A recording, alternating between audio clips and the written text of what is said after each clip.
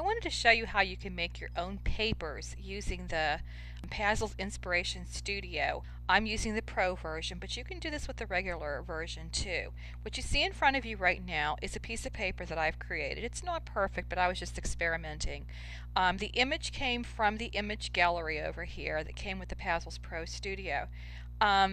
It's real easy to make your own paper. I know some of you are into digital scrapbooking, and I wanted to show you you don't have to go any further than your Pazzles, and you can really embellish the way you want to on here. It's great. So I'm going to get rid of this one. We're going to start from scratch. It's such a big file, it's going to take a while for it to delete. I think. Maybe if I shrink it, it'll delete faster. Huh. There we go. Okay, so we're going to start from scratch, and I'm going to make this particular file a very simple one just so I can show you how to do it. Then we can build on that. I'm just going to make some very simple images. I think we'll work with stars today. That'll be fine. 5-point star. I'm just going to draw my star and bring it over here. It must be in white. Wait a minute, let me enlarge my color palette. I got the wrong one, there we go. Yeah, the outline was in white, so we'll just make it a different color. Okay, so I have a star, and I also have an outline on my page from last image I need to get rid of. We'll be doing that again later. I usually work with larger images just to make life easier. You can do whatever you want because the sky's the limit. I'm just trying to make sure that this is pretty much, I'm eyeballing it where I want it. You saw the other one was real tiny. You can make things as tiny or as large as you want to when you're making your own paper. I'm going to make mine fairly large just for this demonstration. So I have my star, and I'm going to right click on it. I had to click on the star and get it boxed in. Right click on it and go to multiply. I've taught this before. And I'm going to hit the right box, and I'm putting them about 1/10 of an inch apart, and I'll just do 2 of them just to see whether I like it or not. And those are pretty nice. So I'll do the same thing again, multiply, and this time I only need 1 of the batch of 2, of the group of 2. There we go. So that pretty much fills the top part of my page. Now I'm going to do the same thing going down. Actually, I think I'm going to move this off. I like things going off of my paper. It's just more visually pleasing to the eye. So I'm going to do one more multiply across. And just need 1. Okay. And that way they're perfectly spaced on another. Now what I'm going to do is hit Control A. That boxes them all in together, and I'm going to hit Group. That way I can get these things centered. So I'm going to go to Justify, and I'm going to hit this box right here. It's going to center them right in the center of the page. For some reason, there, just need to be refreshed. I've been using my computer for a while today, and it just needs to be refreshed. I'm going to do the same thing all over again. I have it in the center of the page. I'm going to go to Multiply. This time I'm going to go up, and I'm going to go up 1 just to see whether I like it. That'll work. So now I'm going to do the same thing, box all these in, group them, and I'm going to multiply. I'm going to go up 1 group of these, and then I'm going to do the same thing again. I'm going to hit multiply. This time I'm going to go down number of copies, 1 group of these, and as you can see, it's filling my whole page. So now I'm going to hit Control A, which groups it all together, and I want to make sure that these are grouped. Now for me, I'm in the Pro software, I just hit Group here. If you're in the regular software, you would go up to Shape and hit Group. It works either way.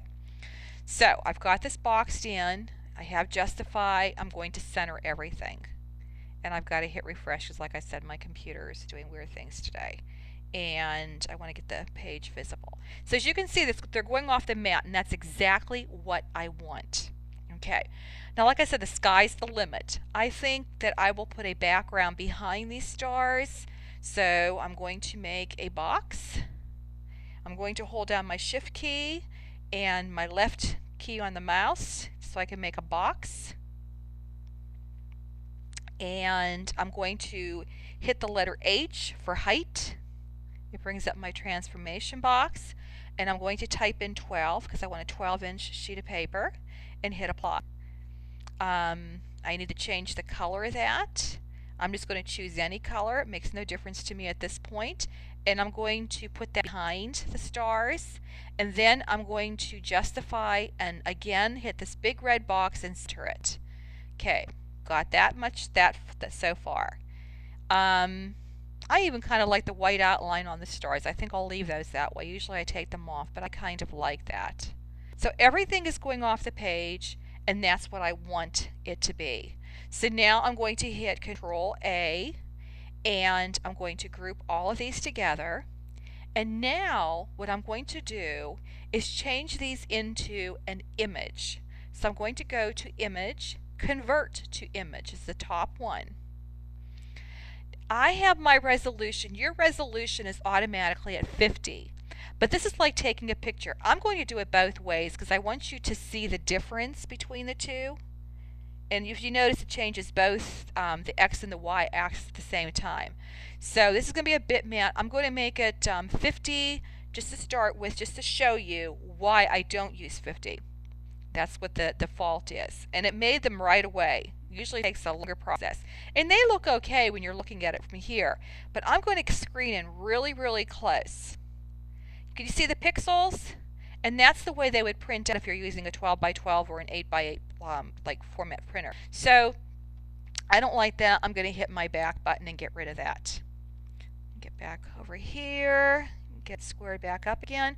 So we're going to do this again. Convert. Oh, I forgot to collect everything. So I'm going to hit Control A and go to Image and Convert to Image. That is why I go to 300, just like I do with my photographs. Now this will take a little bit longer than the other one did, and I have my X width and my Y width at 12. It just makes it easier for trimming. I'm going to hit OK. And now it's just a matter of waiting. And this is what happens when I'm using with larger images. It causes these boxes to do weird things. So all I'm doing is just moving them out of the way. And when I open them again, they'll be refreshed. Okay, so I no longer need this one here. Now if you want, like I say you have like a special picture that you're using, like these are just stars. I can make stars perfectly each time. But say you're using something special like, I don't know, like a seashell, or maybe you're using a seahorse, and you want it to be the same exact size. What I would do in that case is I would just ungroup this, and I would save one of them aside. Whoop, converted for some reason. I would save one of those aside, and then I would get rid of everything else on here because you don't need it anymore. Yeah, they went off the page, so I have to make sure I grab them all. Okay, so I would just save one of this, like say it was a seahorse or something. So now what I'm going to do, this is an image now. It's no longer vectorized. I'm going to click on it. I'm going to go over here and center it on my page with the justification tool. And it's going to look like a double image. Don't worry about that. It takes a minute for it to happen because it's such a large file. And then I hit refresh, and it gets rid of the other one over to the right. So this is all going off the page. We don't want that, do we? We want just the regular 12 by 12 page. So what I'm going to do now is go down here. I'm going to hold my shift key. I'm going to make another box. Hold my left mouse key and just make a box. It doesn't matter what color it is. None of that's important. I've got my transformation box again. And this time I'm going to type in 12. Hit apply. Okay, I've got my 12. Now I'm going to bring this one here back up again, and I'm going to take away the color. So the color is completely gone, and it's still showing up here. So I'm going to go over to my justify box, and I'm going to get that one perfectly centered. Okay, so now we know that it's perfectly centered, and that way you're going to have some of your images going off the page the way that you see them when you buy them in the store. So now what I need to do is go up to image, and I'm going to hit crop, and personal path. Now all I need to do is click on the image, and it brings this up, and it says include region in bitmap, and I'm going to say no. And it'll do its magic. It's supposed to do its magic for some reason. Okay, so it looks like it didn't erase it, but it did. What's happening is the other one is peeking behind it. So I'm going to click on one of these stars that's extended, and I'm just going to hit my delete button. And because it's such a large image, it takes a while to delete.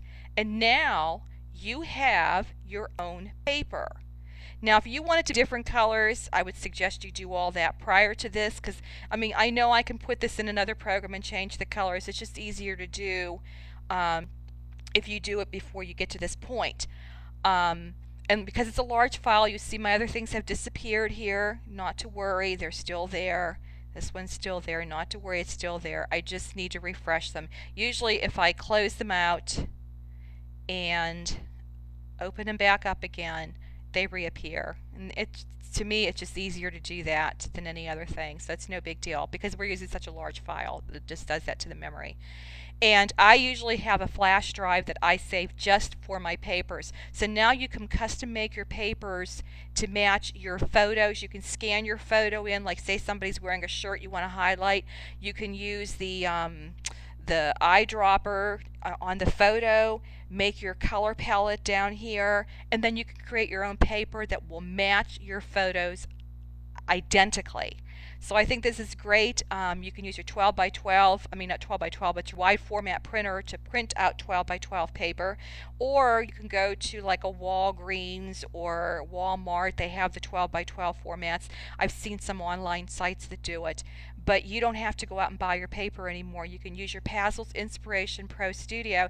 And I'm going to have another video showing you how to cookie cut shapes off of this now to make some print and cut papers so that everything will match together. So I hope you enjoyed this video, and I hope this helped you, and I hope that you'll use it. And I'd like to see some of the things that you're doing on my site. If you'll send them to me at isaboutyou2, that's TOO, at yahoo.com, so that I can put them on the site and show people how you're using some of these files. Enjoy. Bye.